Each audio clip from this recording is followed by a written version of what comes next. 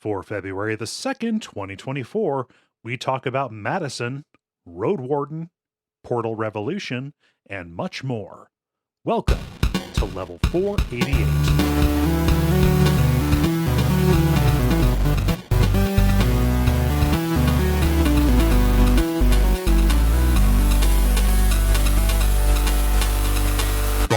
My name is Cole Ross. I'm Dennis Furia. I'm Moxie. I'm Ben Merkel. And you are listening to The Level. It's a podcast for people who love video games. Welcome back, Ben. Yes. Yeah. Sitting to the side last week, so Jala could get a chance to come on for the first time in a while. How you doing? I'm doing good. In my absence last week, there's always a Magic meetup on Tuesday nights, which is when we record. So I got to go to that, made it to the finals, lost in the finals, sadly, but I had a sweet blue artifact deck. Nice. Ooh. Yeah. Yeah. Other than that, I went to a child's birthday party over the weekend. So that's a... Were you invited? Clarify. I was a +1, so... Okay. I was not... So, wait, so technically you went to a child's birthday party that you were not invited to. You could frame it like that, and that would be kind of hurtful, but yes, you could do that. Your presence was authorized. Yeah, that. Thank you, Cole. Thank you for defending me.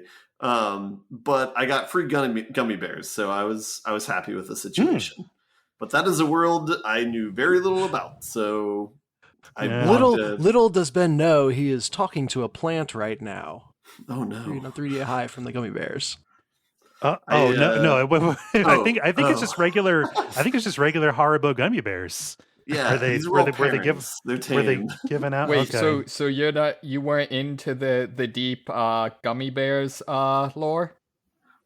What? Explain. Oh no, you thought I was joking. I mean, I assume everything has lore, but you can't just drop that and then pause.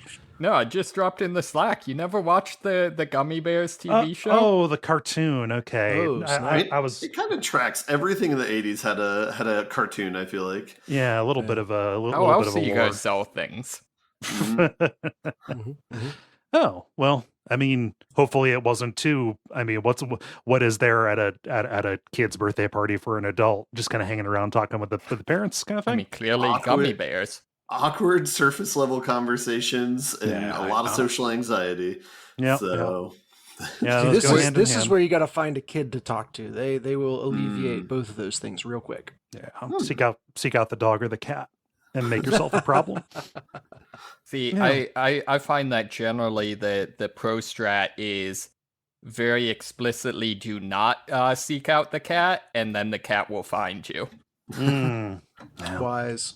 Huh. Well, we're happy to have you back. Dennis, how about you? You were alluding to something going on. We're starting a little bit later. It's been a happening week. Okay. So I'm late for a good reason. Today is Jen's birthday as we're recording. And so we have entered officially the 1 week each year where I make fun of her for being older than me. Okay. Until we are the same age again. So you know that's going to get less funny every year, right? No, I just get more insistent every year. So being louder and more obnoxious about it will make it more funny. That's my working theory. Yeah, I'll but check the in with you problem on that is in a couple of years. The problem is, as you get older and older, sleeping on the couch is harder and harder on your back. She's a good sport about it. She makes fun of me for being too young. So gotcha. Okay. No. But speaking of youngsters, the real news from this week was last night, where we took an unexpected trip to the emergency room. Oh God! Milo is racking up quite the record in terms of number of trips. This time, I was having him practice like cutting an apple. Okay. And it's one of those things where I'm like, that looks that was unsafe. So just before you can even react, he kind of put it into the base of his finger. Thankfully, I have a friend who's a hand surgeon I was talking about with. He's like, yeah, that's basically the best place you can cut your finger if you're going to do it, but it did require stitches. So that was a random trip to the hospital last night. He's fine. He got 2 stitches and has his index finger in a splint. Okay. for a couple days just to hold it still, because it's right on the joint of the knuckle. Oh, I hate that. Yeah, on the side of it. So you move it too much, it's gonna yank out. How did he handle everything?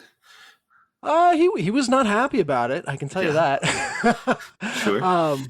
Yeah, it was scary, and I think as long as he kept it like under pressure and wasn't looking at it, he was relatively okay. But then anytime he had to look at it, he was not happy. Yeah, I mean, I'm 36 years old. I still don't like looking when I cut. Same. Yeah. Which that was the hardest part of the experience, is like, okay, I know you just hit yourself with a knife. I have to look at it and like really look at it to know how bad it is. Yeah. Oh gosh. Yeah. Like I can't do the kind of wince or look away thing. Like I got to examine this. Yeah. But he's going to be fine. But this splint is turning into a problem. Well, it's turned him into the most popular kid at school again. I was gonna say, like, if you get through the initial pain and upset, like you've got a war wound, right? Yes. Oh yeah, cool story. Dig scars. And his legitimate answer is, I was playing with knives. So I would prefer he doesn't represent it that way, but that is going to win him the most points with his classmates. Yeah. There's nothing you can do about that. Yeah, he just needs to know, don't say that to adults dressed in suits. Yes. My daddy said not to tell you this, but it does have its downsides, though. Right before I came down to record, Milo was crying because he had gone to scratch his nose and poked himself in the eye. Oh, Sorry. He's fine, right? He doesn't. He's totally fine. Totally fine. All right. Can't take him to the ER now. Yeah. Yeah. Not like. Oh yeah. No. He's. I laughed. Pause a beat, and then you say, "Yeah, he has an abrasion on his cornea." Yeah. He's gonna need a patch. No, he's perfectly fine. I mean, the patch would probably gain even more points. Let's be honest. Yeah. He's speed running pirate mode. Yeah. Let's go from a splint to a hook. You've got an eye patch now. Mm-hmm. I'm sure you'll get to your leg before too long, and yeah, you'll be full pirate. Yeah. But yeah, man, craziness. Well, I mean, it's got to happen. Got to happen to him sometime. Yeah, kids are gonna do that, and he will now be that much more careful around knives, I hope. Oh, hopefully. Not the lesson not the way I was trying to teach the lesson, but we got there. Yeah. Well, congrats to you all for not having him lose the finger. Yeah, we made it. We lived another day and have all our appendages. Yes. Nice. Moxie, how about you? I'm just bobbing and weaving. I'm getting ready. Next week I leave to go to Mardi Gras in New Orleans, so just kind of getting stuff ready for that. Nice. That's awesome. Go in there with your friends, or is that like a family thing? Going with one of my cousins. Oh, nice. Yeah. I was really hoping it would be like going as a masked vigilante. Oh yeah. They need the city needs me. Not my city, strangely enough. My city's fine, but that city. Yeah. It's too quiet. So I need to how go hard are you to where gonna they do go? the crimes. Hard to say. Have you been before? It kind of, I feel Yeah, I've been to French Quarter a number of times. Okay, but never on the day. Yeah. Yeah. Gotcha. And this year it's also Valentine's Day is the same time. So. Oh shit, that's gonna be popping. Yeah. Nice. Well, I would wish you luck. Hey, thank you. Yeah. I don't have anything. I've got nothing. I've just been doing boring Don't stuff. mind me. Yep, don't mind me. Just over here. When has only doing boring stuff ever stopped us from talking about it? Oh no, I mean even more. I mean boring by the standards. I did finally find some frozen pot stickers that turn out okay. Nice. From Aldi. Weirdly enough. I mean, Good. Okay, well, we found the line. Pretty Nope. amazing. Yeah, no, just nice, just pork pot stickers. I had them over some rice with some sauce. It was good. Yeah. Sounds tasty. Yeah. And that's where we're at. Anyway, let's talk about video games and things related to such by doing a normal show. What with the grind, the multiplayer, and the end boss. And why don't we get started with The Grind, where we talk about the games we have been playing over the last period of time or so. Ben, you've been away the longest, so I'll throw it to you. Yeah, I got a decent amount to talk about. But I'll try and speed run it, I guess, really quickly. Okay. The one like fresh new one that I have that I've played to completion is Portal Revolution. Oh yeah. This is a fan-made Portal game. I think we mentioned it like maybe in November on the podcast that it was going to come out soon. Relatively recently, it was a news story. This kind of like fan-made sequel, one of the fan-made sequels to Portal 2, right? Exactly. And yeah, you have to nail the head. It's like one of the many. This is, I think, like the third or fourth by my count. As far Other one as was like Portal Mel, something like that. there's Portal Stories Mel. There's Portal Reloaded, I believe, which I think is the gold standard for Portal fan-made games. Also a misnomer. Like you never have to Reloaded. reload in Portal. Yeah, I don't know. There's something with time in that one. But, Ben hasn't described what the game is yet. We don't know that there's no. Well, so the most recent one's Portal Revolution, and it's unfortunately with the tale that I've kind of come to with the fan-made Portal games is it's kind of a downward sloping quality over time. It seems like, and I don't know necessarily why that is, because it seems like it's like longer amount of time to work on it, and yet the results are not less impressive. There's probably also like an availability thing going on, like with a certain number of with a certain number of individual pieces, you run out of arrangements that you can make of them. Yeah. Unless this is adding new doodads and new puzzle elements. They do add, so I suppose I should get the compliments in before I give it too much of a damnation. But to the credit of the game, it's a pretty sizable length game. I think it took me maybe 10 to 20 hours to finish. Oh, wow. It has voice acting from, I think, 2 voice actors that they performed very well. And they do a good job of kind of like slowly adding mechanics throughout the game. So that part's really well paced. It's just that the puzzle quality is like pretty low in my opinion. And the narrative like doesn't exactly stick the landing. It kind of feels like a remix or like a cover of like Portal 2, but it's just, it's very equivalent to if like a fan made of a version of like a song that someone's made. It's like kind of that level of quality, it feels like. Especially because there's several puzzles where it's like you could have solved them with less elements in certain places, but that's not, but you solve it with like more than you need to in a couple different places. So it's like some of the things, it's like even on a first pass, it's like you could kind of spot like, ways that you could improve the game. So that's not very good. The story itself, I mean, I guess I'm going to give some mild spoilers to the story. That's fine. I mean, I want to know what direction they went with it. Yeah. So basically, fast forward if you don't want to hear that. And I feel comfortable doing this because I'm basically saying it's not worth your time to play the game. But basically, there's 2 different characters you run into. It's 2 different personality spheres. This takes place after Portal 2, like well after it.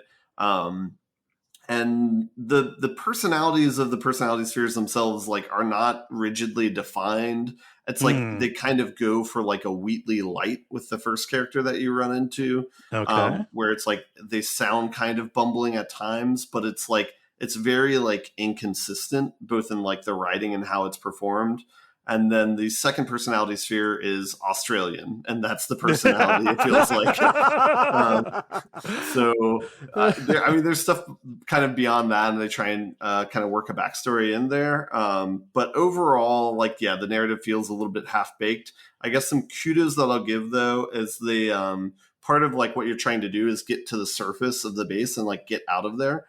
So there are a couple levels where there is like an honest to goodness skybox where you can see the outside, and that's really cool.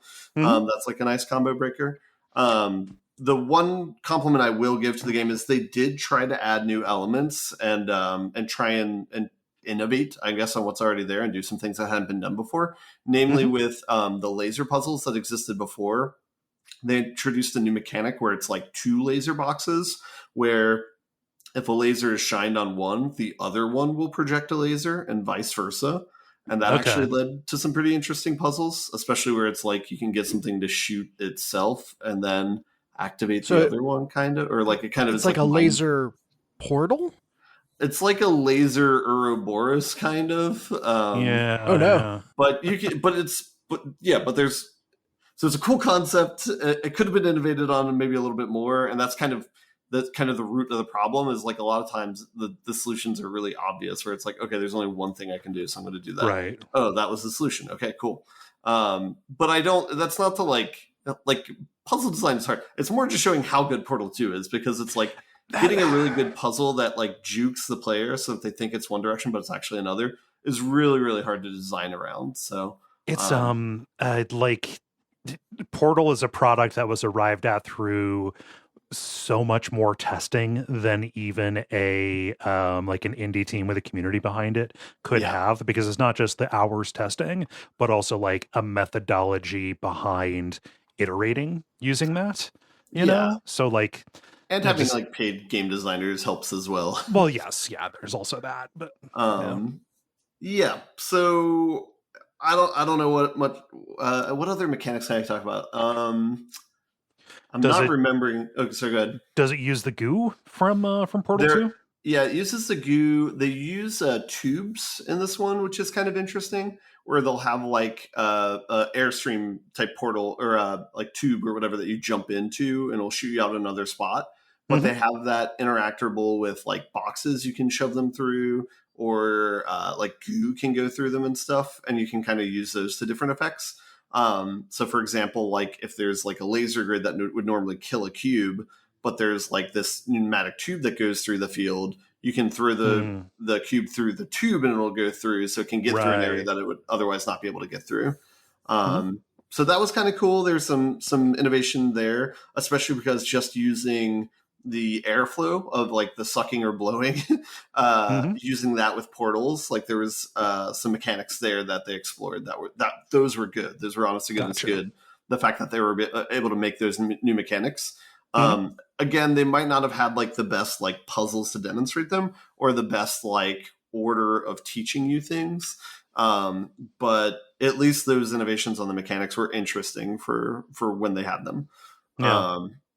So yeah, I don't have a whole lot to say beyond that, I guess. If you like Portal and maybe you want a reminder of like the game, you could try this out, but it does very much feel like a watered down version of Portal 2, the good stuff.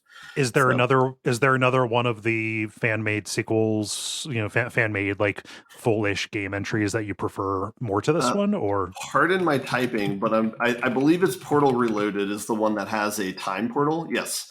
Okay. That one is worth playing. That came out in 2021, so it's still like relatively fresh. That one has the same feeling as like the Portal games, where you know what the mechanics are and you have a good understanding of the space you're in, and so you actually go through the thought process of, okay, how can I solve this puzzle? And you do like work backwards and figure things out like that. That is worth playing, and I think that is worth people's time. Because the quality of that product, you could believe that Valve would have put that out, and that's and that's a huge compliment. So cool. Check at this point, I'm not sure I believe that Valve will put out any game. Yeah, well, they didn't name it 3, so at least you can still kind of believe it in that sense. But so I think that's all I got to say about Portal Revolution. Is play Portal Reloaded instead. It's nice to have a play this, not that kind of thing, you know. Sure. All right, and then the second game I want to talk about that I've only played a little bit of is a game called Road Warden, which is this was recommended from a friend. This is like a text-based adventure kind of game. It is currently like $5 on Steam, and it's like a pretty highly rated game. I've only played maybe 2 or 3 hours of this, but it's a semi-interesting game. If you're somebody who likes text-based adventure games, then this is like definitely something you should look for. You mean like Colossal Cave Adventure, that sort of thing? I don't have reference for that game. This looks more like a game book kind of thing. Okay. Yeah, like a sorcery or something like that, where you're making choices and it's pulling from stats, and you've got like different currencies and stuff. Yeah, it adds a few RPG elements into it, where you has like niceties of what you would find in like maybe an Elder Scrolls type game, where it's like you have an inventory, there's a map that you can go to villages and talk to people. The writing is pretty strong because it basically has its own set of lore of like what's allowed in this world and what's not. You play a character called the Road Warden, where it's like the world is very like dense with forest and like monsters that like live in the forest. And the Road Wardens kind of maintain the trails between towns and try and keep those safe so that people can travel on them. But there's things like necromancy or mages or dragons and stuff in this world. So there's plenty of like fantasy elements, but it's kind of like picked and choose upon like what exists in this world. Yeah. So this isn't like post-apocalyptic Road Warden as in like you're driving around in a car with like wrapped in barbed wire. It's not like Mad Max. Okay. Yeah, it's something different than that. But it keeps like it keeps these minor RPG elements where you pick a class that you are up front and you have like one of three choices. You can be a scholar, a fighter, or a mage, I think are the three options.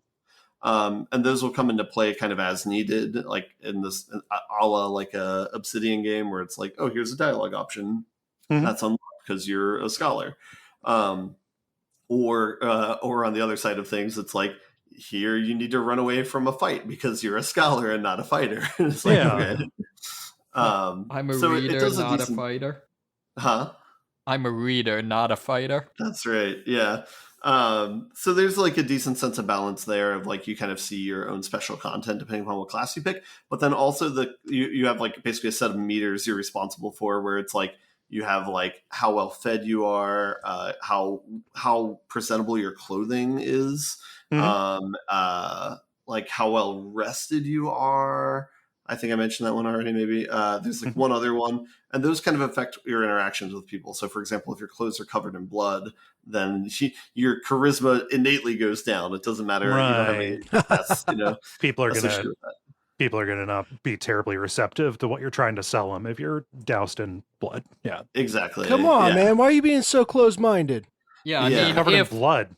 On the other hand, if they're cool with it, be careful. Those are vampires. Yeah. And they have a kind of cool mechanic where it's like there's a lot of times where you'll come to a new scene and basically shows you only what you can see in it. So it might be like an overview of like a city or something like that. And it'll just show you like the front gates and the field in front of it. But then as you like choose to look around, it'll expose like what you can see in this like two-dimensional picture that they're showing you. So for example, if you like walk in through the front gate, it'll show you the front half of the town. Then you can choose to explore the northwest or the northeast or something like that. And it'll like slowly reveal more of the village and stuff. So yeah, anyway, this is like kind of a smaller size game, but it seems kind of interesting. It seems like it could be something that would be up basically anyone else on the podcast alley if they were in the mood for it. So, which class did you go with? I went with the scholar because that's what I do. I always pick tinker, always pick scholar, that sort of thing. And so there's the benefits that I see are kind of what I alluded to before, where it's like you can read text, and so you can kind of get clues and access like secret passages and places you might not otherwise. And then you'll come upon goblins and you'll have to run away because you cannot fight. So, so the other characters are illiterate. Yes, I think so. That's kind of cool. Yeah. Or at least like the mage has like their own language that's whatever, magic language or something. Yeah. So I do like that aspect of it, though, that it kind of leaves more to explore if you want to go back for a subsequent playthrough. But there's a good amount of like long-term missions and short-term missions that I'm doing right now. Like you try and make money to buy things, and you kind of like talk to all the people at the inns and make friends with them, and you kind of care about that because that's where you need to sleep to like refill your stats. So there's kind of a cool like economical system going on as well on top of like RPG system. So it's a short little game. It seems cool. I don't think it's terribly long. I think it's like 11 hours total to beat. So I don't know if I'll finish it or not, but we'll see if I play it in the coming weeks. So looks neat. That's an interesting publisher behind them too. They're the ones who did publish the End Zone games, those post-nuclear colony builder ones that I've talked about before. They've got a bunch of different kind of weird stuff. Assemble is the name of it. Yeah. Gotcha. All right, and then I have two more pseudo things to talk about. 1, Resident Evil VR. I've still played that. I'm in the night part now. It's still fun. I still really like playing that game. It's slowly becoming, I think, the best made VR game that I've played. Which, even though it's a port, Is this 4? It's it's the Resident Evil 4 remake on the PSVR. Nice. Because it's like the graphics look really good and it just functions, like and it's like retroactively making my original playthrough better because it's like this totally works as both versions of the game. It's pretty damning that like you can say like, oh yeah, the game actually works, best VR game ever. Well, what I mean by that is like when I played it through the first time, I had no inkling of a thought of like, oh, this is definitely like a VR type game, especially since it was in like third person.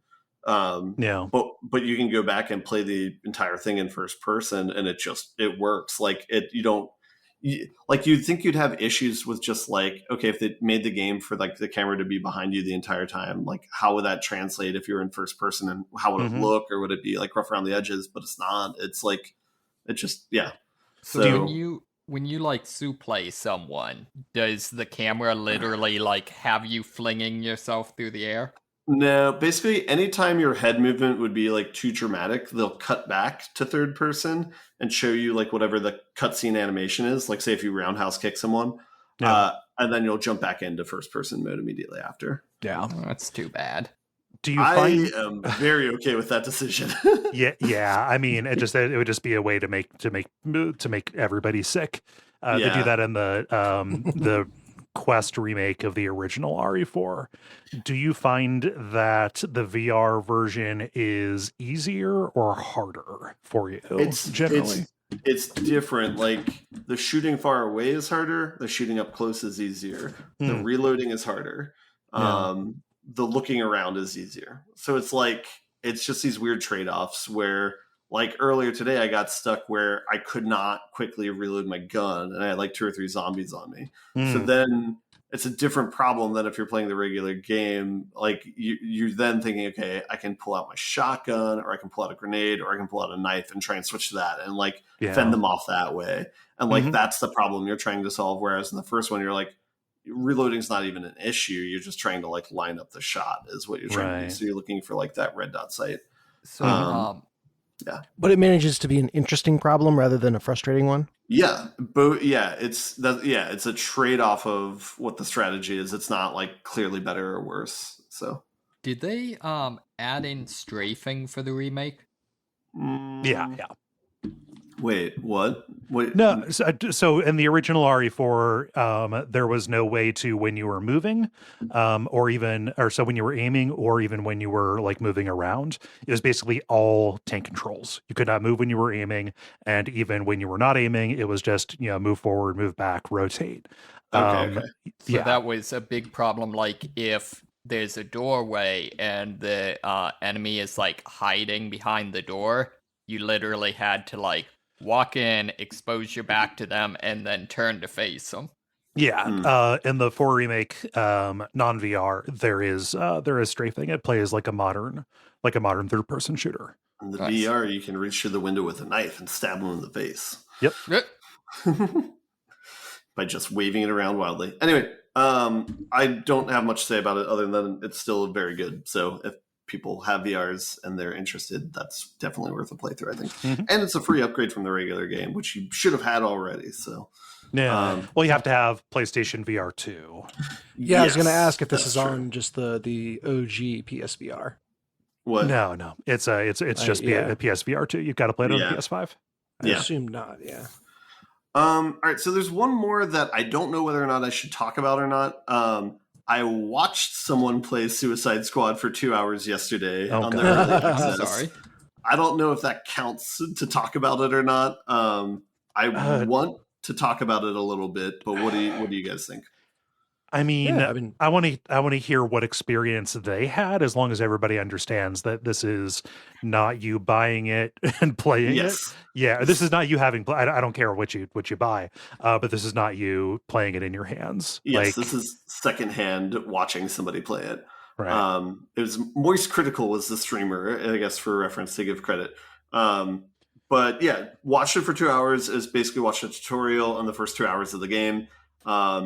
It's basically just doing the same thing over and over again. Well, that's a weird way to phrase it. It's a looter shooter that has a narrative, and like the narrative actually does seem more compelling or more meatier than I thought it would be. As far as like in the same fashion that they had the Arkham games, they do a good job of slow rolling out characters and like introducing them in kind of like surprising and innovative ways.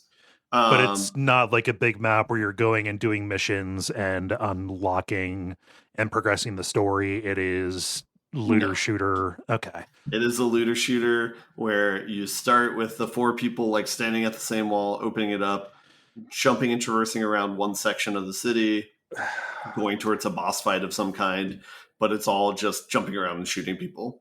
Wait, what is Oh, go ahead. What? So are we meaning like that as compared to, say, like the Arkham games, or? Yeah, the Arkham games, which had a little bit, which was more kind of narrative driven, I guess. Okay. Yeah. Okay. Arkham games being like, open world, Metroidvania style. You go and you get a new gadget that lets you do different stuff. Yeah, but also like the emphasis of the game, it wasn't like, I doubt that many people played that game in the way that they would play like an open world game like GTA, where it's like, oh, I want to do all the gang turf warfare things first, and it's always like, here's the mission that I need to go do as Batman. Maybe I'll stop and do this on the side or something like that. But yeah, anyway, I guess all I will say is like the game does not look great enough that I was like, I'm going to stop watching this and play this myself. The person who was playing it said that the movement felt very clean and very, very good.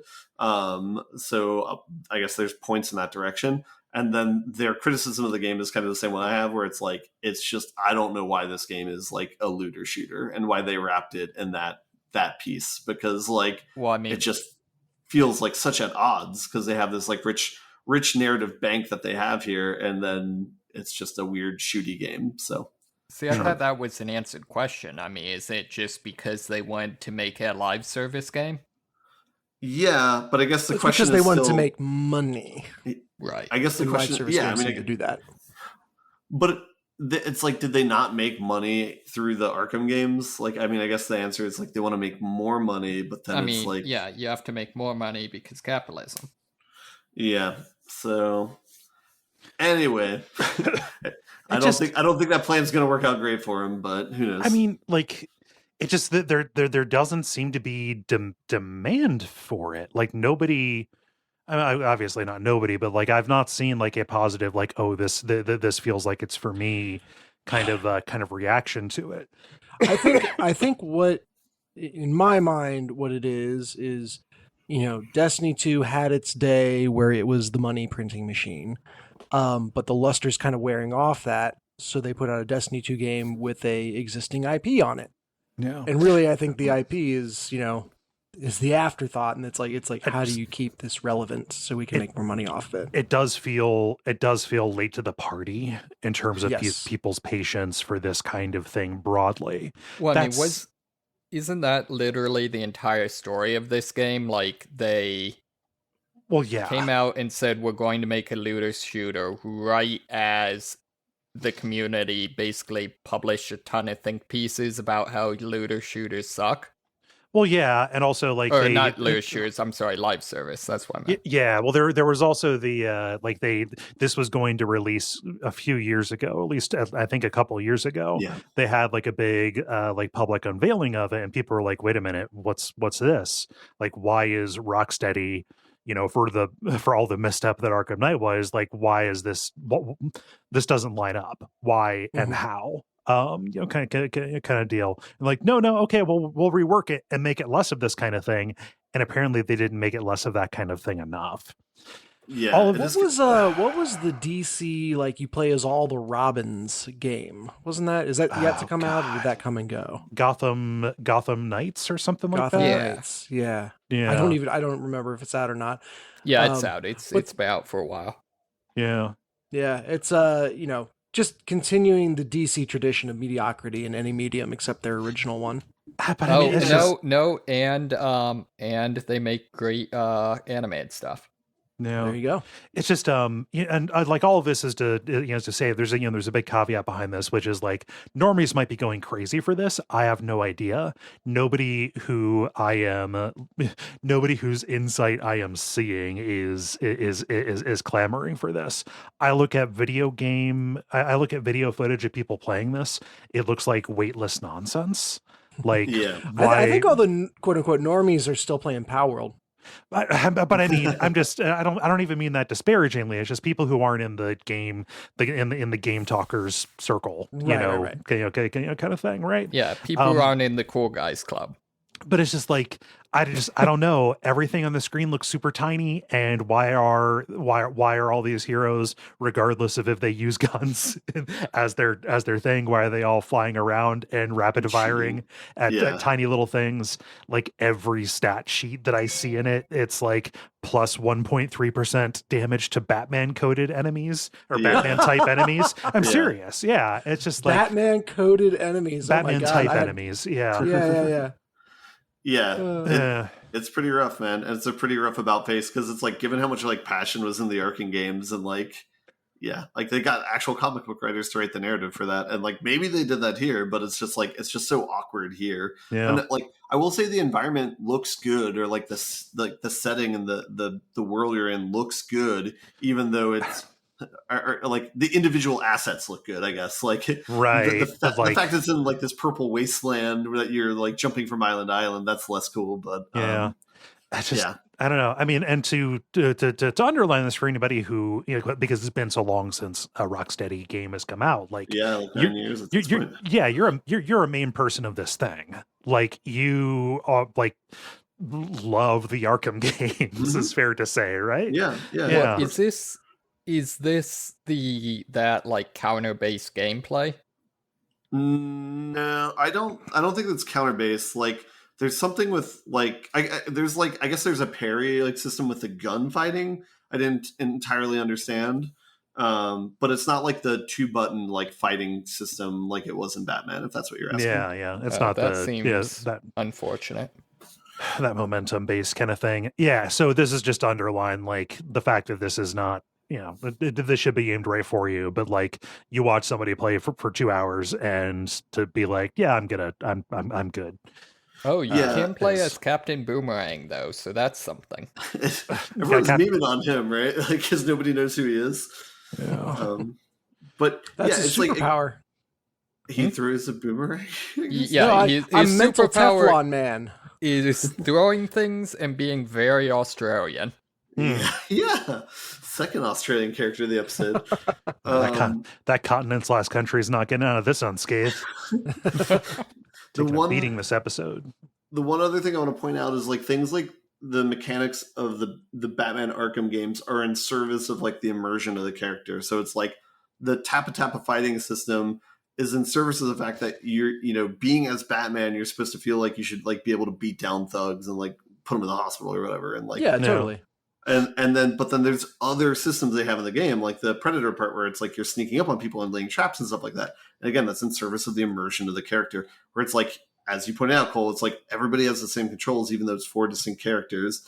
It's like everyone's flying around and shooting guns at people that are a bunch of like zombie-like creatures, which kind of loosely fits the narrative based on who the bad guy is. But it's just like, it just does not stick the landing. And it's like, I don't know who decided that should be the format of the game, but just like it's just flawed from the start. It looks like so. I think that's enough time on a game we haven't played until the end boss. Well, true. Yes. Is that all you got? That's all I got. Okay. I'll go because mine should be pretty quick. To follow up on last week, I buckled down and I finished the Final Fantasy VII Remake. I was hoping you were going to say Power World. No. Yeah. Can't play all the way through it. As far as I know, it doesn't even have an ending. Finish up Final Fantasy VII Remake. It's good. Like the pacing is a little fucked just because they turned, the first 3 hours of Final Fantasy VII into a full game. It's not as bad as you would think. given the case. Ended up being about 40 hours, and there's some like padding in the hallway combat or whatever, but like the boss encounter kind of design continued to be pretty interesting and pull out new tricks, in using that weird kind of character action, tappa tappa combat intermixed with issuing these commands and controlling a whole party kind of in the midst of that. I managed to be unspoiled on what happens in this game and how it differs from the original up until I actually beat it. So hooray for me. I knew some broad that strokes. takes effort. Yeah. I knew some broad strokes that like, hey, this is a game that is very aware that it's a remake. I was getting up to the point where it would be very impractical for me to continue being unaware as the next remake, as Rebirth is. I'm just imagining you getting to the enemy like, oh man, I spoiled it for myself by playing it. No. Yeah. So it's good. I enjoy it. I did all the optional boss stuff or whatever. And I am moving in to talk about, or to play the little expansion that they had, the intermission or whatever, where you're playing as Yuffie. But I have not played enough of that to talk about it. Is it paid DLC or? Yes, yeah. It's like if you buy it on PS5 or if you buy it on PC, which is where I played it this time, you just get it. It's like a collector's edition kind of thing, but it's like cool. It's its own like 8-hour campaign kind of deal. Oh, interesting. Yeah. Any wrap up questions about Final Fantasy VII Remake? Score wise, do they do anything with the music that feels like it echoes the idea of kind of remixing the story? Oh yeah. The music is great. Obviously like the dramatic score, reusing all the themes and then kind of escalating them as stuff starts getting unpredictable. Like all of that is very good. It is hard to fuck up when your source material, we can always fall back on this amazing, these amazing compositions that were done for the original.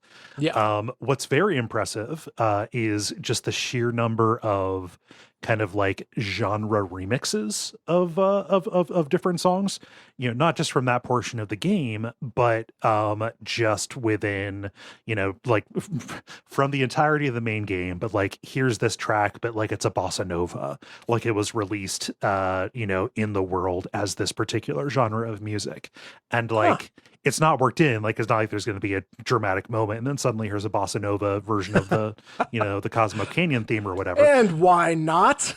Well, it's actually more interesting than that, which is you encounter all of this, like all these musics, they're used as diegetic music within the world. So like when you approach a new like vendor or a new like item vending machine kind of thing, it'll just be like playing that, and you can buy that track and add it in, and then you can play it at jukeboxes if you want to. Right. So you're just going to be walking out in the world. You think, hey, wait a minute, I recognize that tune. And then you can actually like just like buy that and add it to your collection if you want to.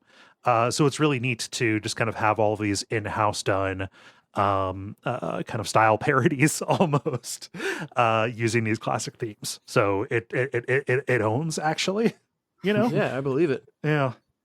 Score wise, what would you rate it? Oh, I don't know. Probably like a 7.5 or an 8, something like that. All right. Yeah. Up there, but not like, not huge. I wouldn't say run, don't walk. Your opinion about this as, about the remake as an endeavor is probably sealed. Like you probably decided how you feel about it long ago. But I don't know. I don't regret my time with it or anything. And I have enough affection for the source material and, just view those spaces from the original game as holy enough that seeing them reimagined and seeing them not fuck it up is kind of worth it on its own a little bit. And that's before you get to like the genuinely interesting stuff they do with the combat. And then minus just kind of, how padded out some of the hallway sections feel, Yeah. Very cool. So that's the follow-up that I have. A new thing that I'm in the middle of playing, streaming actually, is a first-person horror game that was released in 2022 called MADiSON. Moxie, you were in the stream watching me play a little bit of this, Yeah, it and you've seemed got like you're really enjoying it. yeah, man, just having the time of my life. Man, I went into this really, really wanting to like it. I had heard nothing but good things. I'd seen amazing, screenshots and little videos. It was kind of at the top of some lists of like best horror games that came out in 2022. And yeah, this is some Flashlight House nonsense. Oh no. Yeah. So the concept is you are this young man named Luca who is currently fighting off and undergoing a demon possession. And you are trying to escape from this house where it is happening. The thing that is possessing you is something that possessed this woman named MADiSON several decades ago and made her kill her family. And here's you kind of going through that again. The hub is the house where you're going around and kind of searching for ways to unlock new parts of it. And then you get into, a different area of it. And then it turns into a little bit of a layers of fear, spacey wacy kind of deal, where everything is just kind of arbitrary and you're trying to find a way forward. Where this stands out above layers of fear, which is little more than just a walking sim with kind of the non-Euclidean geometry kind of part of it. This actually does have puzzles, some of which are interesting, some of which require a little bit of math, some of which require just like scratch paper math, or yeah, just scratch paper math. Nothing, Wow. nothing hard. Yeah, nothing wild. But like, just like the kind of little math puzzle that, does not involve anything more than a two digit number, but it is very easy to overthink it. Kind of thing. Which is as much of a danger in a puzzle game as underthinking it, Sure. So there's that. The kind of conceit around this is that you have a like a Polaroid instant camera, and you can snap photos of things, and this can do a few different things. Like sometimes something like a clue will only show up in the photo of the thing that you the thing that you snapped. Sometimes it will affect a change in the world. There's one I'll talk about it as an example of like what's kind of wrong with this, but like you can use it to do like time travel, and some of these, taking a picture of a different thing and then kind of warping into a different version of the space that you're in.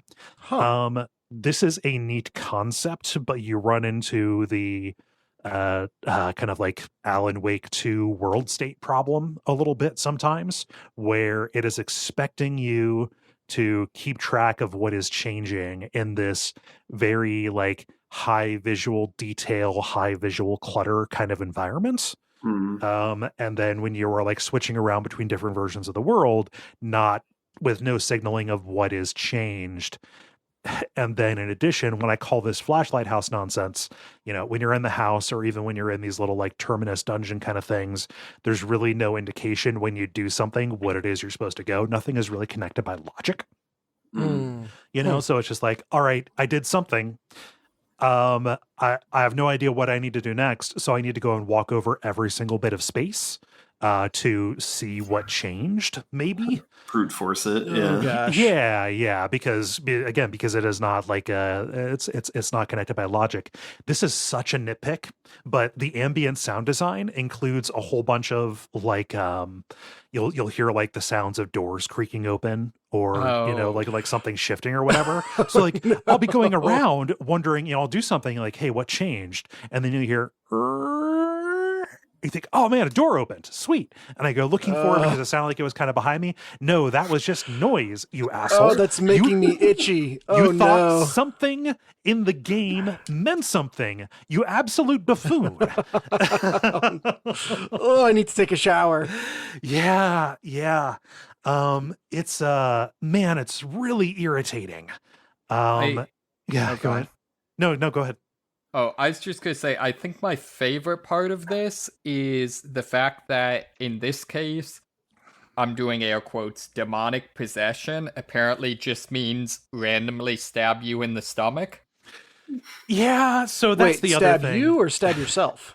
Or randomly creak doors, it sounds like. Yeah. So what Moxie's talking about is there's this very protracted sequence that took up most of my play session on Saturday where you are in a church. Like you end up whisked away to this church. And there are 3 different time periods you can go to. In this, one is one is present day, and it's all broken down and covered in graffiti. There's not much to do there, but there's also 1987 and 1951. 1987 and 1951 don't look different enough for you to be able to tell which one you're in. Ooh. Also, the 1951 version has a ghost of a murdered Nazi concentration guard, slaughterer kind of guy. His wife killed him, and now he's haunting this place. And he killed Nazi concentration camp guards, or no, he slaughtered at he was responsible for killing the people in the concentration camps. And then his wife found out what he did, and then killed him because she couldn't stand him to be alive. Fine, a little bit edgy, playing with live ammo, but whatever. The ghost of this guy walking around in a gas mask acts as a little bit of a time limit when you're in the 1951 version. A time limit for a stage where you have 4 different mazes that you have to go down. And the mazes do not change between the 2 different time periods.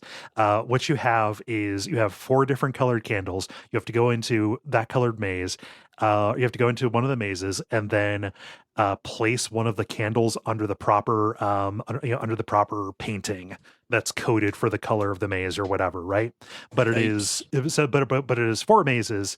To accomplish this, you're going to have to go through them probably 8 times while you have maybe a minute or 2 with this thing hunting you down and killing you and then taking you back to the start, not to the start of the 1951 version of it when you're there. No, back to 2022. So you have to go to 1987 and then warp from 1987 to 1951 to maybe get back to the proper version of the maze that you were going to.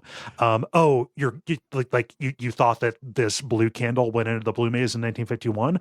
Fuck you for solving it in 1951. Turns out it's in 1987, you asshole, you clod. So you got to go do it again. It's outright. It's pretty bad.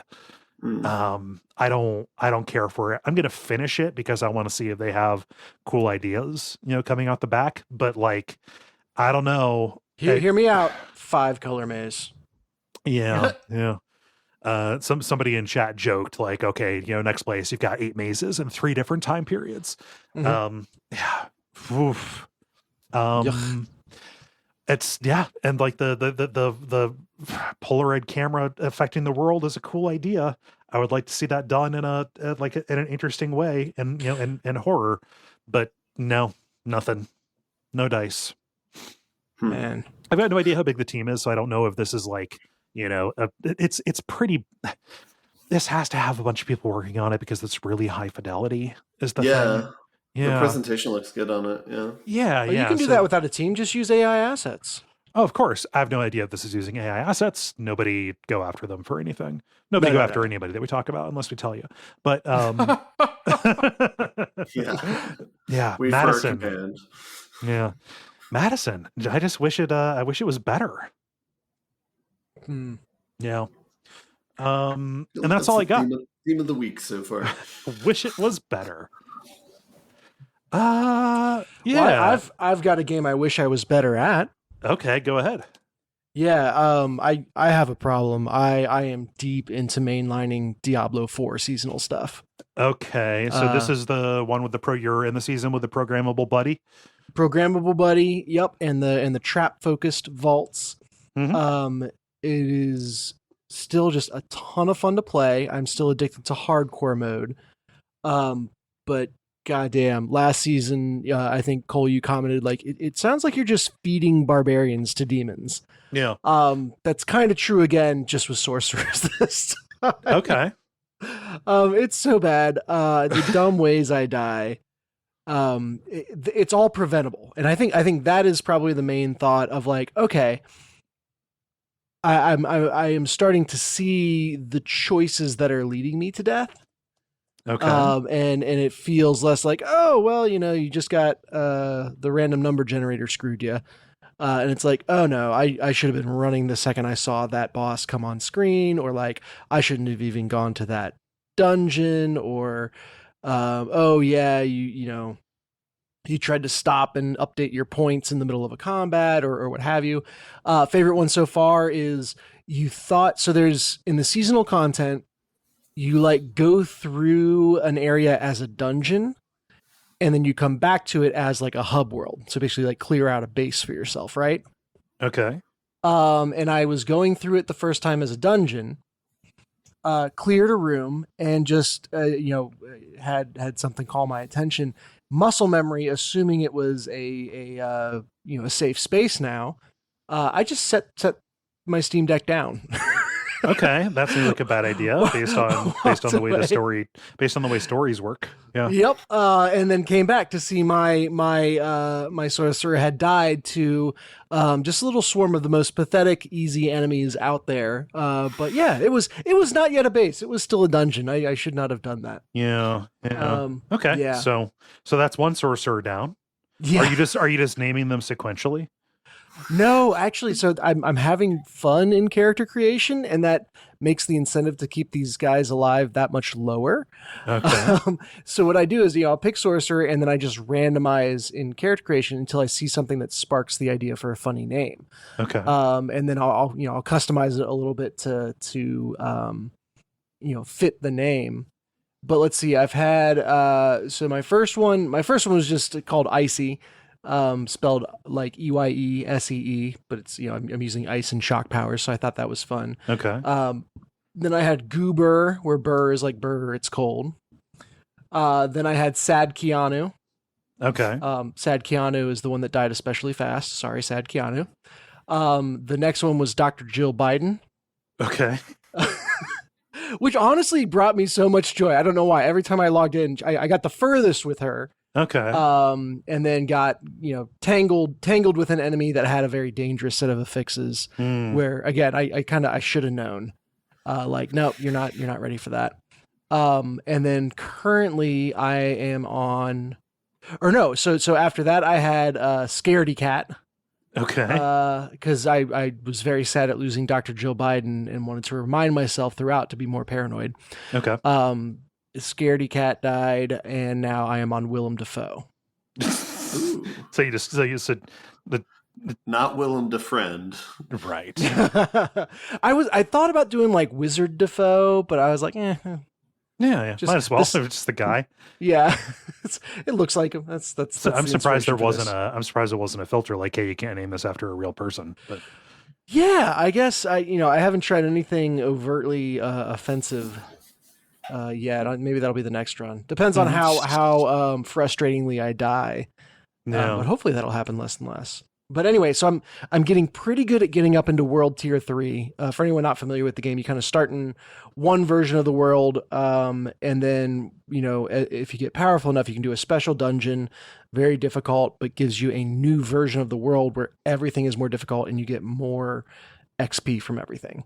Mm-hmm. And there's special items that will only drop in the higher world tiers, etc. So I've made it up to World Tier 3 pretty consistently. My goal now is to get somebody into World Tier 4, which has not happened yet. Tiers are there? 4 is the highest. Oh, okay. Yeah.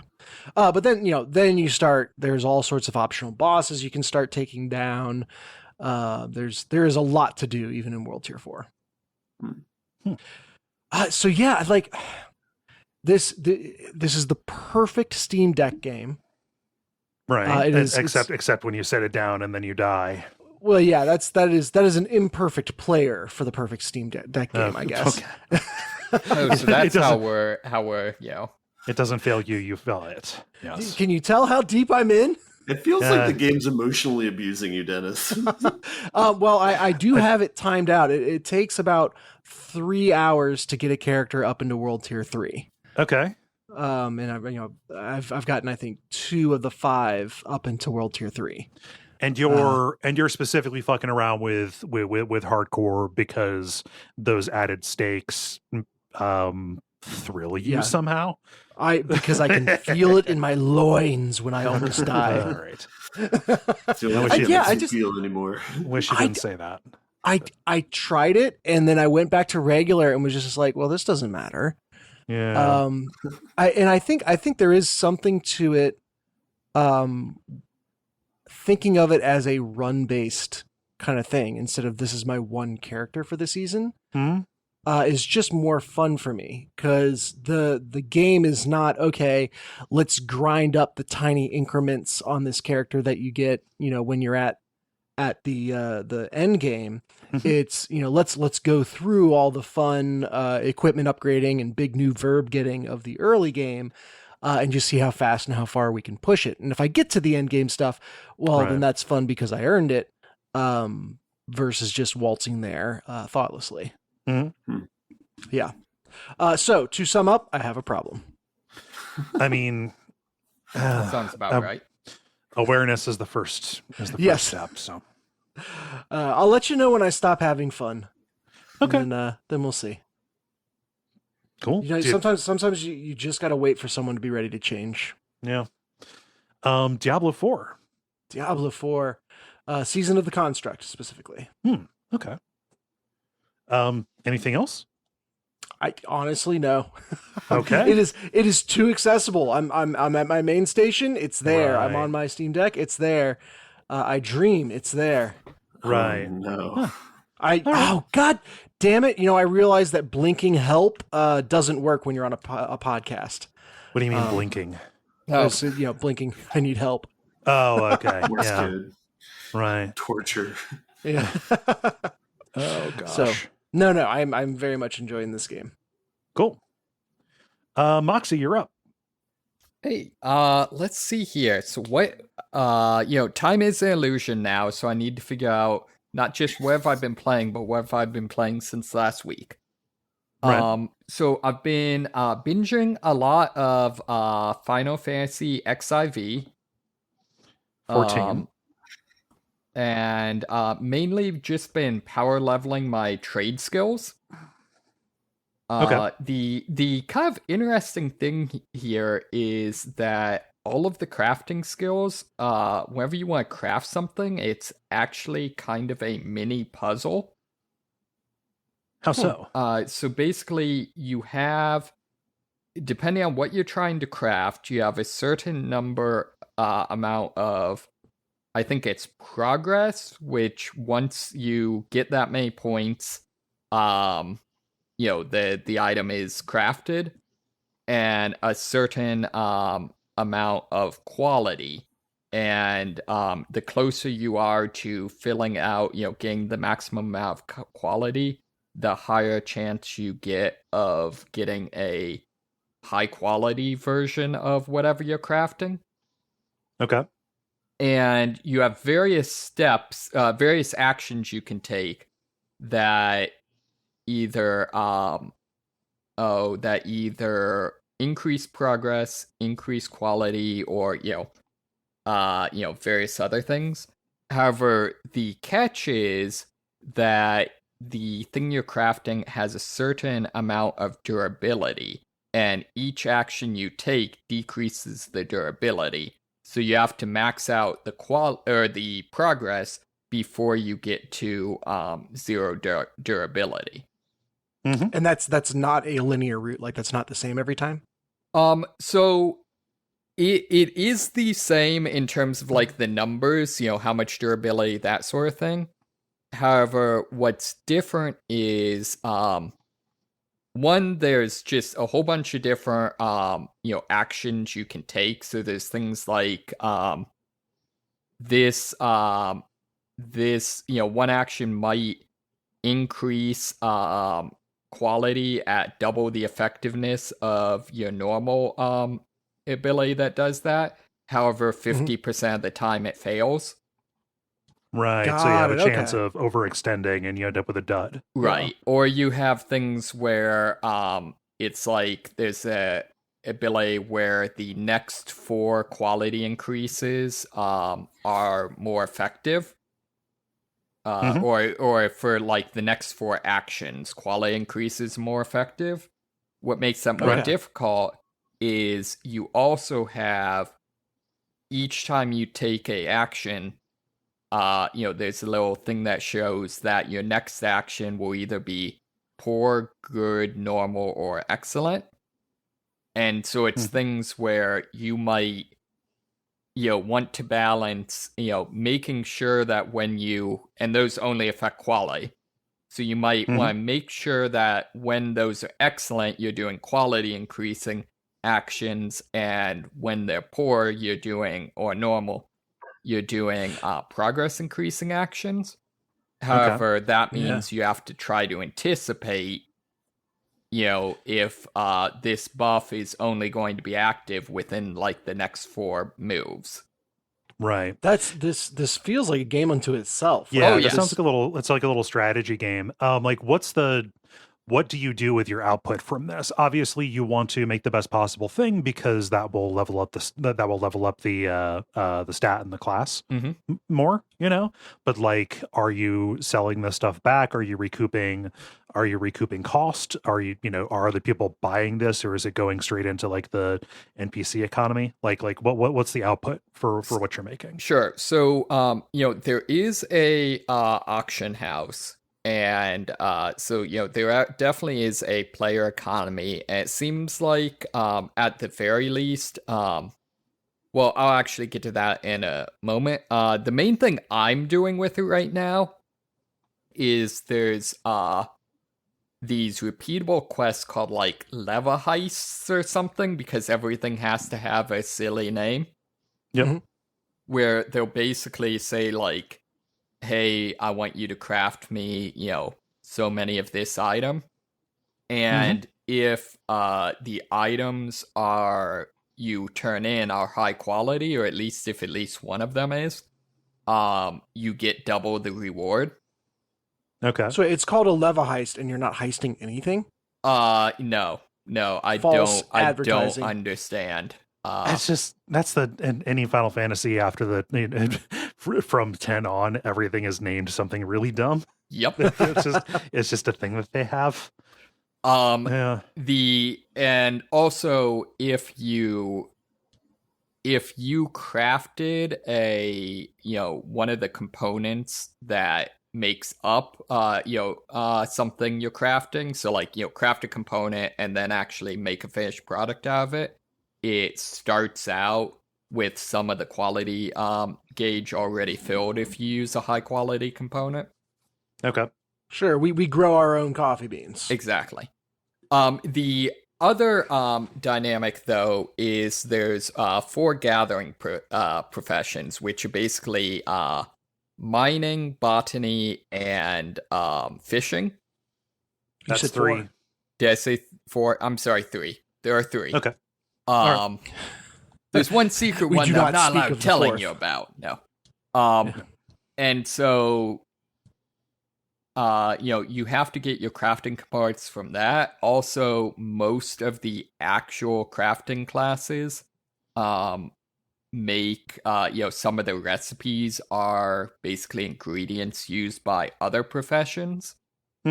So that's cool. There's a whole thing of like, getting the ingredients you need for crafting can kind of be a mini adventure in of itself. And well, it sounds like you can also live the fantasy of like, I'm a tradesman supporting my fellow exactly. adventurers. And the funny thing is like, this is full on like, you don't have like a crafting skill. You actually switch to, and your class is that crafting class. Which is funny because I think like at least one of my crafting classes is higher level than my actual class. Okay. But yeah, so the whole thing is you can do all of them. If you want to run around, you can completely be self-sufficient, all that stuff. But yeah, it's pretty fun. Also, every 5 levels of the crafting, there's a quest, and they're all like, hey, go get me this item, or that sort of thing. But they at least have different storylines around them. Mm-hmm.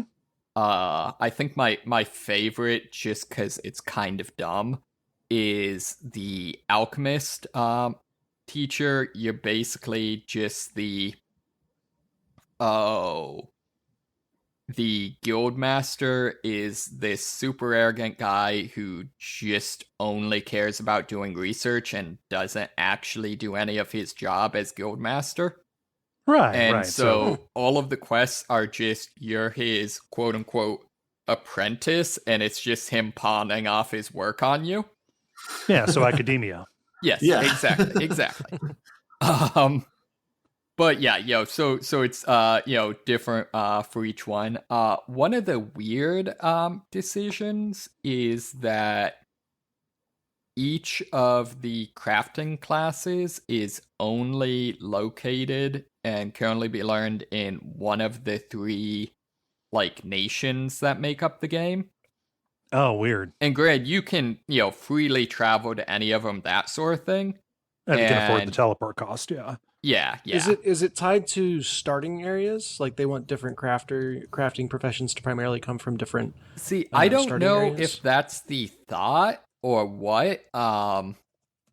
I mean, one of the things I don't know also is this is a really weird game in that technically it's a remake, and it's also a game that's been out really long, and so it's been super optimized. And so I don't know, for me, you literally, so I currently have 26,000 what is the money, gil or whatever. Mm-hmm. And it a level heist gives between around 400, and it costs about 100 to take the airship to a different nation. So my point being, it's pretty trivially easy to get around, but I don't know if at some point in this game's life cycle, if that wasn't the case. Right, if it was an EverQuest style thing where you had to hoof it. Right. Probably not, given when even when the original Final Fantasy 14 came out. Right. Yeah. So the three different harvesting classes, one of each of them is based in one of the starting cities. Right. So exactly. All right. Okay. And it does kind of make sense because the 3 city nation things, one is basically desert themed, one is forest, and one is naval. And so it's mining, botany, and fishing. Right. The forest one is Gridania. Yeah, I pronounce it Grindania just because that seems incredibly appropriate for a MMO, despite the fact that this is an MMO with almost no grinding. But right, yeah. No, you say that, but then you talk about grinding out these crafting things. Well, I will say though, it's a thing where I think the level cap for the base game is 50. And then it goes up with new expansions. Right. And I think it's gone to 70 is the absolute cap. And basically up to the point where I was at level 25, basically what I do is complete the quest you get every 5 levels and complete one of the level heists or whatever, and that would be more or less enough to get me to the next quest. So I'm assuming this is kind of being in the catch-up mode of the XP curve, but it is very easy to Yeah, they're trying to get you through the old content so you can get into the part where you're paying the monthly. Exactly. Yeah. But so it's kind of fun. There's whole separate equipment for the crafting, which is kind of fun. Yeah, it's kind of cool, and it's fun just running around, seeing the world. Yeah. Nice. When do you think you're gonna go back to doing like combat and exploration dungeon kind of stuff? So I just kind of switched back to that. However, the next quest I have is actually to go through a dungeon, and my inventory was entirely full of crafting material. So I'm going through and just selling, most of the low level crafting material is just not actually worth anything. So I'm just going through and like selling it all, and then once my inventory is open, I'm gonna go and beat the next thing. Right. Yeah. So you still doing the monk? Yep. I think still doing the monk for now. My goal is to get to level 50 and switch to the dancer class. That's like chakram throwing, and has some kind of some bard abilities. Cool. But there's a ton of things. There's actually a class? gunblade class. That's kind of cool. Yeah. Oh yeah, that's the Corsair pirate one. Go ahead, Dennis. Well, I'm just curious. From when I played, I think I did ranger into. Is it ranger into bard into dancer? No. So dancer is completely separate. So there's interesting. So once they started doing the expansions, generally all the new classes they added, you had to be level 50 in one of the existing classes. And then I think you start at level 50 in that class. Interesting. Okay. And I just for people who haven't played this, maybe it's obvious from what we've discussed, but you can switch classes completely freely. So it isn't like start over a character. It's just like at any point. Yeah, I mean, and that seems like it's not exclusive to this. Like, I think Final Fantasy XI did that as well. But like of this series is like the magical thing, which is your character is like your meta progression, whereas you can level up different classes if you want to have different kind of roles and parties. Yeah, there's even a couple of classes that apparently like are like restricted classes, so you can, I think, only play them maybe in like manually created parties or something. So like the one I know of is the blue mage, which is like just always the weirdo of every Final Fantasy game. Yeah, it's the enemy skills one. Right. So yeah, they even go with some of that, but I'm interested to see where some of the stories go. I'm kind of excited. There's a new expansion coming fairly soon, so I'm trying to get to that content. It's been really impressive that they have continued putting out expansions at the clip that they have, and every new one seems to have people excited about it. Yeah, like every other MMO, by which I mean EverQuest, the ones I played, which were EverQuest and Warcraft. Eventually, that petered out. Yeah. I think the big thing that I'm seeing different from World of Warcraft is there is a very explicit like primary quest. And you never really got that in World of Warcraft. At most, like the end tier dungeons kind of advance the plot. Yeah, and that was more of like a shifting meta kind of thing. Right, exactly. Yeah. Final Fantasy 14. Yep. So the only other thing I've been playing, well, I guess I've played a little bit more Power World. Haven't really made any farther, but whatever. Okay. In Remnant 2, have I talked about that at all? Yes. You're playing as the doggy wrangler. Yes, that's right. So I made it through the first world, which in my case was like Yesha or whatever it's called, like Forest World. And then got to kind of their weird like multiverse thing. They have, I think, the most annoying boss fight I've ever seen. You're fighting in kind of this maze, and there's all these giant stone basically like Bad fortune for mazes on this pot. On this Yeah, episode. yeah. Australians and mazes really taking a beating.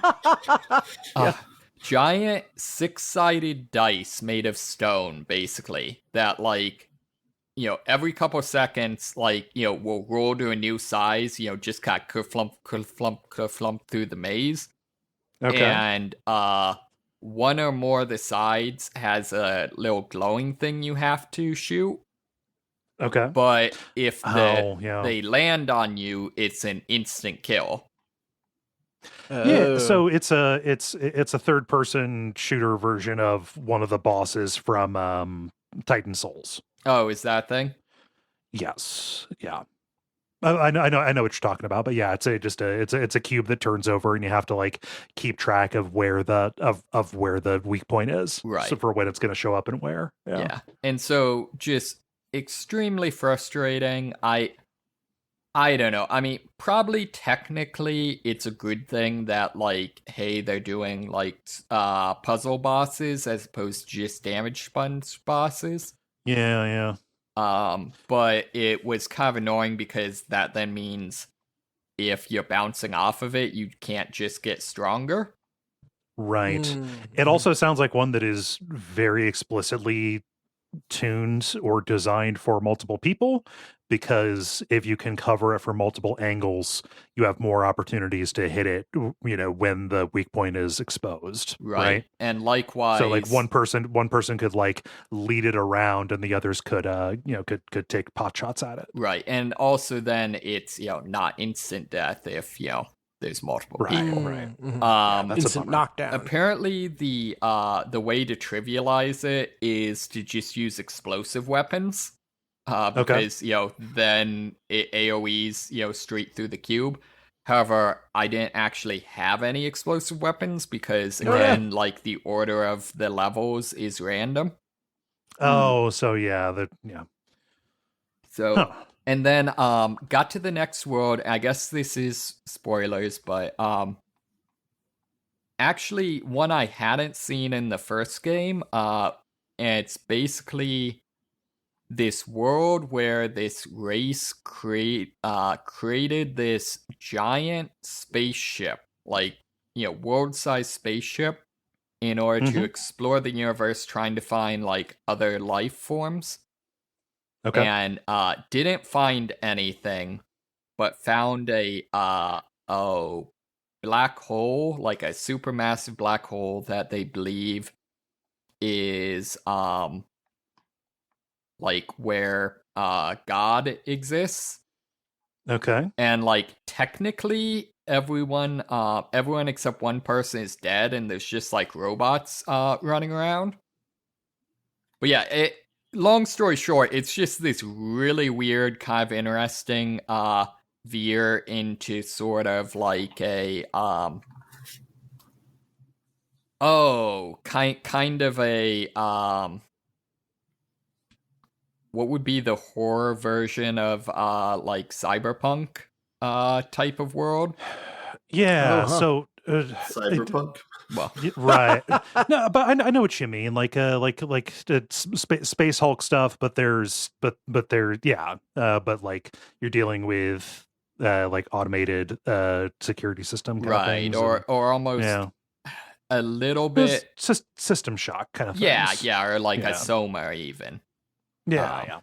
So so that's interesting. I'm interested to see, since you're picking up weapons wherever you're going, presumably that means I'll get some laser guns, which is kind of funny. Cool. But yeah, that's all the farther I've gotten in that. I feel like laser guns is better if you have a cat companion instead of a dog companion. Well, yeah, you can lead them around. It's fun. Yeah. Oh, so Remnant 2. Yep. Cool. Anything else? Nope. That's it. All right. Multiplayer. Now it is time for the multiplayer, where we ask you a question and you answer it. Dennis, what is the question that you asked the nice people? Yeah, Pal World has been in the oeuvre, and I think it is specifically just taking away from the relationship that they are only pals. So I wanted to know about pets in games that have stolen your heart. What pet from games has most encaptured you? Encaptured, I like that. I'll start with Jeremy, who says, "My horse in Ghost of Tsushima. That horse carries you the whole game, and by the end, something horrible happens to him, and it was just devastating. You get another horse after it, but it will never fill the void he left behind." You are wrong. Every horse is equivalent to every other horse. By which we mean a poor excuse for a motorcycle. Get prepared to relitigate that when I say my answer, Cole. I know what you're gonna say. I knew it. I knew it before I got through this one. Let's see. Jeez, here. enough with the aggro, Ben. Jeez, Moxie. What does Callum say? Callum says, "Would have to be my WoW Troll Hunter Pet Raptor. Spent a lot of my university years playing the first 2 expansions with that." Am I making something up? Did WoW eventually turn the pets into like Pokemon battle things you could do? So that's a different thing. So you also had the little like non-combat companions. Yes. Yeah. Like and that was like a pre-order bonus, like you would get Diablo Right. as a little pet, and it became like super valuable. Like people were selling them for thousands of dollars. Yeah. Yeah. I don't know about that, but they then added just tons of them. Gotcha. And once there were the little critters, which were, just the non-combat like snakes and toads and stuff that ran around the game.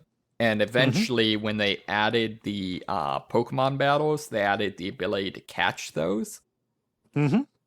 Probably the best, though, was the battling concept came out a long time after most of these things were created, which meant not all of them made a lot of sense, because you would have battles where, like, your pet was literally just a balloon, just a helium balloon. Okay. Yeah. I love when they back themselves into a corner like that. Yep. Ben, what does Peter say? Peter says, "For as annoying of a little shit he might be, Morgana from Persona 5 is a pretty decent pet. Also, can we count out individuals that basically function as pets? If so, I feel like Solaire or Sigurd from Dark Souls are basically like pets. Both require a series of actions to reaffirm whether or not they are good boys." Shots fired. I think you mean Sigmire from Dark Souls. The hated Sigurd shall not be spoken of here. And yes, Sigmire is and also for Solaire, like you very specifically have to take actions to make sure he doesn't get worms. So Yeah. makes sense. Yeah, Just like a cat. and then and then you've got the pictures of Morgana IRL and also in the Heistiverse or whatever. Yeah. Dennis, what does Gwen say? Gwen, showing a picture from Enter the Gungeon, says, "This is the dog from Enter the Gungeon. His canon name is Junior the Second. He's great because when you clear a room, he sometimes gets you an extra pickup item. And also, look at the little fluffer. Sorry, Yes. oops. This is Gungeon. Canon name." Yes. I think my favorite part is in the sequel game, Exit the Gungeon. It's like a side scroller, so he can't, just be running around. So he gets a little kind of like hover spacesuit type thing.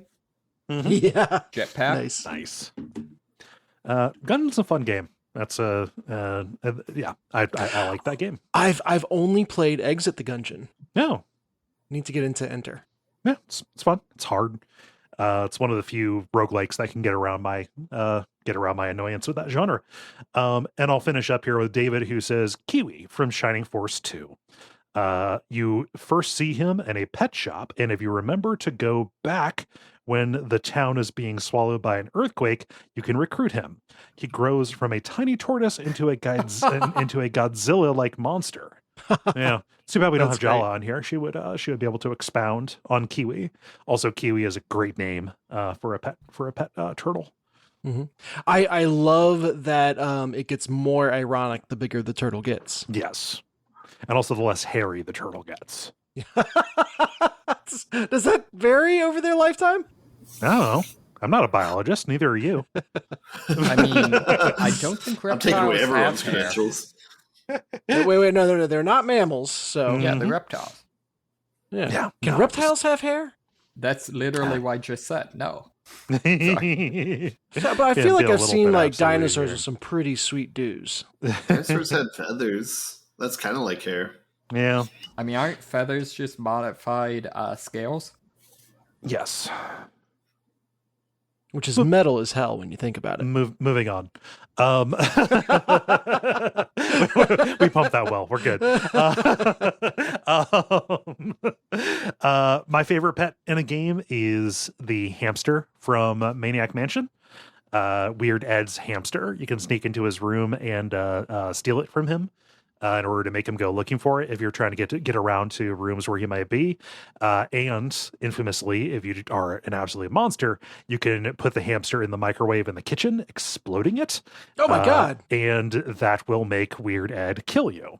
It is a way for you to end up being a ghost. Don't you straight up also like have the option to just like give the remains to him?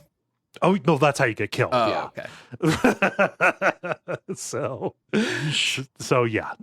If you, it's a true thing, you know. Like just if he was perfectly safe, that wouldn't be valuable, right? But now that when something's life is in your hands, that's the ultimate power. Moxie, how about you? I think probably it would almost certainly be one of the Far Cry companions. However, determining which one would be tough. Although, actually, no. Now that I think of it, do palicos, are those pets or co-workers? Ooh. I feel like they've got 1 foot in, 1 foot out. Okay, because definitely would have to go with palico. I mean, they are basically the real hero of that game. Yeah, not going with Palamute. You want to go with just the palico? Nah, because the Palamute is tough. Like, he can probably run away. It's the Palico that's the little tiny cat that's still willing to face down a Godzilla. All right, yeah. Ben, as if we need to ask you? Yeah, just sub out Jeremy's answer for mine, but take away Ghost of Tsushima and add Shadow of the Colossus. Oh, you mean the dog bird? No, you're thinking. Good Lord, are you looking to? Wow. Yes, I'm trolling. Ben just died inside. No, I was afraid Ben was going to take a swing. Disappointing sequels that have come out a long time after the games that were good, so I'm primed for this. It's all good. Yeah. Oh boy. I do have to say, as much as I'm not a big fan of horses, that game does. Whatever the horse's name in that, I do have very fond memories of how hilarious it is that he won't jump off cliffs and will just like eject you off the cliff. Yeah. How dare you even try? Yeah. Nice. And Dennis, how about you? Yeah, mine would have to be Dusty from Gravity Rush. Oh, yeah. Lots of people refer to their black cats as voids, but this one is an actual void. And is technically the source of cat's powers, etc. So yeah, the fun little animal. That's a really good answer. I like that. I have to say this is off topic, but I was thinking about the Gravity Rush show they're making. The one thing I definitely want to be in it is the fact that whenever you activate your powers, it activates for everyone around you. And so you just end up accidentally chucking random townsfolk into the void. Oh, man. I need to finish that game. That's a delight. The ending of 2 gets super weird. Yeah. You want to talk about boob monsters. The final boss is a variant of that. Yeah. So, yeah, you've been warned. Good question and good answers. Thank you, everybody, for responding. If you would like to do likewise, join the Duckfeed community group on Facebook and watch for the prompts to go up on Monday afternoons. The end boss. Now it is time for the end boss, where we talk about things that are happening in the world of video games and how we feel about them.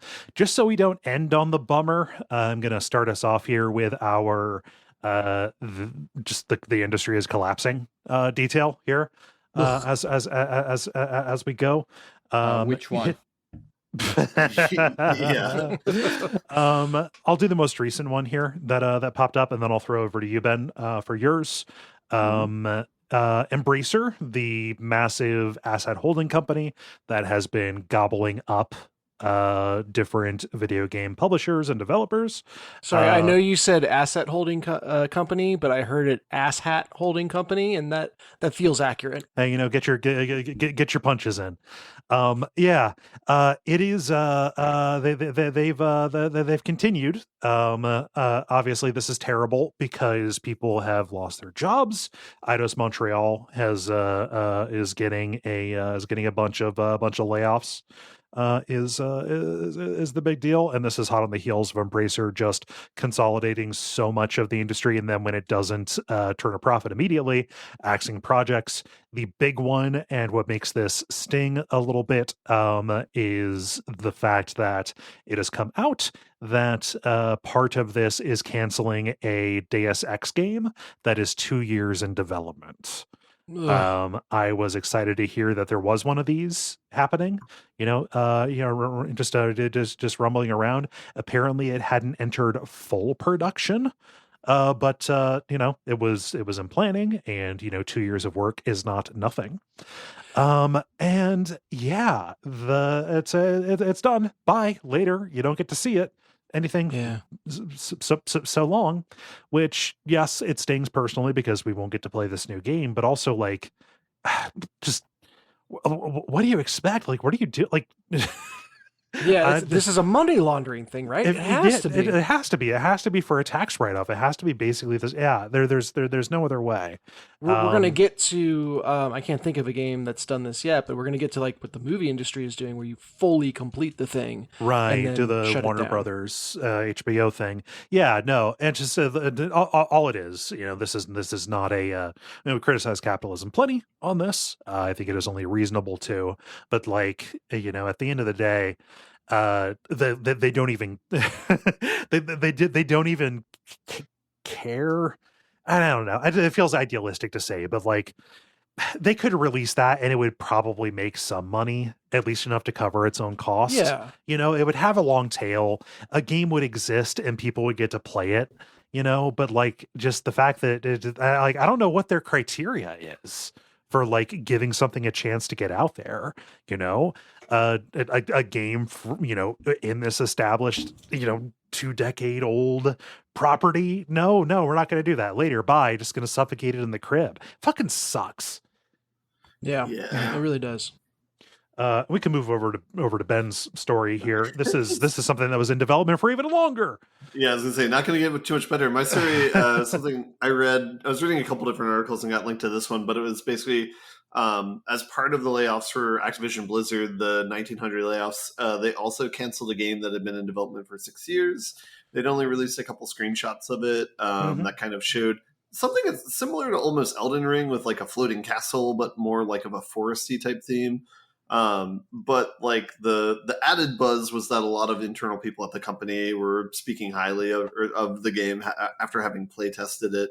Yeah. And they had, like you were saying, they were like ramping up teams for production on this. They had like doubled their team size in the past few years, and were continuing to grow it to work on this. So it was more or less in production, but, but that got canceled. People got let go, and it's a survival game made by Blizzard. Survival games print money, like, it's just, what is the criteria? What is the criteria to be even putatively successful enough to be given a chance to even release? It's terrible, I can just imagine some person being like, oh, look at this team size has gotten wildly out of control. That's where we need to cut, when the reason the teams have grown is because there's they has started production. They were making the thing they could sell. Yeah. So it's just just go ahead. Oh no, sorry, I was going to try a segue. Never mind. No. I think the piece that's frustrating for me is it's like this, or at least in this case, is it happens on the heels after being purchased by a larger company, and it's like. Yeah. So with more resources, we're gonna maybe that's like, it answers itself. It's like, if it's a shrewder company that's purchased it, then that's what's happening. But But I mean, it's also exactly the thing they said they weren't going to do when they were in the protracted legal battle against the the FTC about whether or not they could do the merger. Yeah. So, and then they do it, and then suddenly, well, okay, here we go. Jobs are lost. Oh, you moved here for this job? Oh, you uprooted everything to come across the country for this? Bye-bye. Yep. Make your segue, Moxie. Oh, I was just going to say, also, it turns out that it doesn't even matter if a game does get released for it to get, kind of strangled in the crib. Right. So say what the story is, and I'll hedge it. The sad thing is, whose story do you want to pitch to? Because there's two that can go with that pitch. Let's go with yours. Okay. Moxie. So Spec Ops: The Line is being pulled down from digital stores. It appears that the issue was probably them losing the rights to the music in the game. Yes. That's where my mind immediately went. Yeah, that's absolutely what it was. There's a ton of licensed music in there. There's Hush by Deep Purple. There's 1983 by Jimi Hendrix. There's a whole bunch of songs by Mogwai in there. There's a lot of really good music in there. Oh, it's a fantastic licensed soundtrack in that expertly used. Yeah. This happened to Alan Wake with theirs as well. They were down for a little while. But whether or not 2K sees fit to relicense those, if they think they're going to make enough money off the back of it. But this is just like it's a renegotiation thing. It's pulled off of Steam, but it's not pulled off of other online marketplaces at this point. And does that mean people who already bought it are getting from it, or just that no new people can buy it? No new people can buy it. Yeah, and at least there is a conceivably worse version of what's happening. Right. Yeah, they could yank it out of they could yank it out of your library. Yeah, that would their suck. statements, at least so far, have kind of implied that they have no intention whatsoever of trying to relicense, because they're just like, we want to thank everyone who's supported us, and we look forward to making great games in the future or whatever. Yeah, hopefully not. One of the people involved with it, I think, the director of the game or one of the leads or something, pointed out the guy we interviewed. Huh? Yeah. Oh, is that who it was? I just skimmed over that. Maybe. What's can't the remember. name? I'd recognize it. Sorry, I'd have to. Or if you're going from memory, don't worry about it. Yeah. Don't worry. Corey Davis. No, different guy. Okay. Yeah. Pointed out that it's the game's director and designer. Pointed out that the game's themes are kind of more relevant now than they were even when it was released. Yeah. I mean, that's, we are all passionate advocates for games as art, and that that they have commentary and meaning to add that is relevant to our broader life. And it makes it hurt that much more to see them reduced to a money-making enterprise. Yeah. I mean, you don't want to be naive, but it's also just like, come on, that's always been the case, but like, this is just extreme, Well, and yeah, just the fact that they even set up the license this way is dumb. I mean, yeah, a little bit. Like by 2012, they should have known that there was an aftermarket, that there would be a long tail for game, for a game like this. yeah. I don't know. It's a bummer. Also, I mean, this one's kind of funny, just because the whole launch has been a comedy of errors. But we told you, we told you the Suicide Squad would be back. What happened just today, Dennis? They won't die, unlike Batman in this game. So yeah, Suicide Squad launched. And then was taken down as they realized that they had launched the game for several people in a state where the story, the campaign of the game was already completed. And so people were booting up to see everything unlocked, including all the cutscenes and spoilers, etc. And I assume they were kind of just queued up to go into the end game forever grind. Which, man, is this showing their true face on this, in my opinion. Like this was always meant to be live service is too kind a word for it, but like get you through any kind of content as fast as possible so you can make numbers go up while we urge you to do microtransactions. Yeah. Just really just shunt you as quickly as we can into a repetitive KPM kind of grind. Yeah. So I was interested to hear you say, Ben, that the story and the writing seemed passable. Well, so it's like they have narrative moments that are linked together by the gameplay, and so the narrative part does seem... So they clear the bar. Well, sorry. Right, maybe I should back this up. Like it's like all the repetitive jump around, shoot things missions are linked by like cutscenes and stuff like that. The cutscenes are actually pretty interesting and surprising at times, and like this person was playing through the campaign. Yes. Yeah. So like the same level of care that they introduce characters like in the Arkham games, it seems like they're doing that within the Suicide Squad as well. But what a way to declare like this is the least important part of the game to us, even if they're doing it well. It's just really funny. Are you all aware of like the lore and the reasoning behind the stereotype of the like rock band that asks for in their contract writer? I know we want a bowl of M&Ms, but all the brown ones are taken out. Yeah. If they miss that silly thing, it probably means they missed something that's a lot more important. Right. This was Van Halen back in the 80s when they were going on a tour for a bunch of small venues. They had a huge stage show, which meant that there were a lot of electrical requirements where if every single like line on the contract was not followed, that meant people would probably die. Something would catch fire, right? Mm-hmm. And so they put that in there. So if they saw a brown M&M, suddenly they have to do a line check, right? It's basically a canary in a coal mine kind of deal. Now they didn't also have to trash the rooms, but well, I mean that was just for the love of the game. So like you think about canaries in the coal mine, just like okay, what is showing here? Like we're gonna hit publish on this thing with so little QC that we don't actually see that it auto completes when you open it up. It really does like not inspire confidence in the overall products. And anyone with more programming knowledge than me, what could conceivably like cause this that would make me go like, oh, okay, I see how you could miss that. Object-oriented programming. Sorry, that was a real answer. Yeah, it's probably just like a config file thing, or it's like they were probably trying to do testing or something in a production, but how it gets through, that's kind of bad. Yeah. You don't have like checks in place for that. Also, why are you doing testing in production?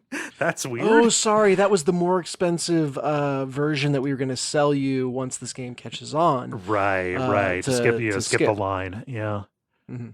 Yeah. I mean, this is one of those things that like that totally is the type of thing that is like, sequencing and stuff like that is super hard to test, but like it's kind of your job to test it. Yeah. Well, I mean, it just contributes to the comedy of errors that is this overall product. And for all of the kind of pot shots we've taken at it or whatever, like of being a very misguided product or whatever, God, can you imagine having your name associated with that? Like just man, like we have been lashed. We've been lashed to the bow of this ship, and it's gonna fucking take off from the dock. Yeah, how do you think DC is feeling right now? DC doesn't feel anything. I don't want to dog on the game so hard because it's like there's still like a lot of care you can see put into the game. It's just that the direction was poor. Yeah, and like so I just feel bad that like people were tied to this game for like 9 years. Oh yeah. With a premise that just cannot work, and they still put a lot of good work into it. It seems, but that's the tragedy of it, right? Like this is it's a big title with a bunch of people working on it. You want people to not feel like they're wasting their time, right? Yeah. And just that's I don't know. It's not the biggest tragedy we've discussed today, but it is up there. I do not envy people who are this was 8 years of their lives, right? Yeah. Well, that was fucking all bummers. I meant to start with the bummers, so we went all the way straight. Some of them were funny bummers. Kind of, yeah. Funny-ish bummers. We should probably wrap it up. How do you all feel about doing that? Let us wrap. Buttons. The credits. Thank you so much for listening to level number 488. If you would like to help us out, you know what you can do. Well, keep on listening. We appreciate that, taking the time. But you can also go to patreon.com/Duckfeed.tv. You can leave a rating or review. You can join the Duckfeed community group on Facebook, watch the multiplayer stuff to go up. All of that is there and waiting for you. You can also join us in thanking our producer, Gwen. We're so good about thanking her and all of the other shows that we do. I just haven't worked it into the routine for this one. Which is a shame. Thank you, Gwen. We do appreciate Gwen's work that she does on this. Thanks, Gwen. Thank you, Gwen. And don't edit this out. No. I did. We try to put it in as many episodes as we can. Dennis, anything going on with you? I will be at Origins, showing off Deck of Wonders in my next project. So if you are the convention going type, keep an eye out for that. And I will make my occasional plug that I am almost always happy to incorporate suggested multiplayer questions. So if you want to recommend a question rather than just answer them, you are more than welcome. Please do. Slack or on the Facebook page, I will be looking. Yeah. Awesome. Well, I think that is everything. I've been Kole Ross. You can find me on Blue Sky at Kole Ross. I've been Dennis Furia. You can find me on Blue Sky at Furia Games. I'm Moxie. You can find me in Final Fantasy. And I've been Ben Merkel. And stick around for some titles.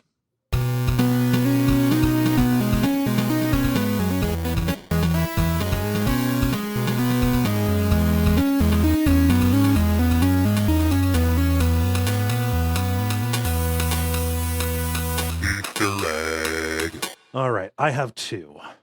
I'm a reader, not a fighter.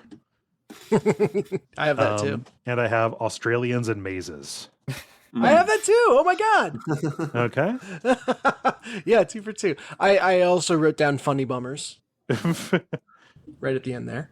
Okay. So, 1 second here. I need to write these down. Okay, go ahead. I only had one. I had Batman coded enemies. Okay. Ben, what you got? I got nothing. So by votes, it is either I'm a reader, not a fighter, or Australians and mazes. I'm kind of leaning toward Australians and mazes. Me too. I agree with that. I like that. That's the Australian rules version of Snakes and Ladders. Yes. I do think Batman coded enemies is a funny one as well, though. I don't want people to think that we've played the game and offered first-hand impressions on it. Is it because you don't want to deceive, or because you don't want to be known as someone who would play that game? I don't want to deceive. No, I'm joking. I don't. Yeah. All right, then it is decided.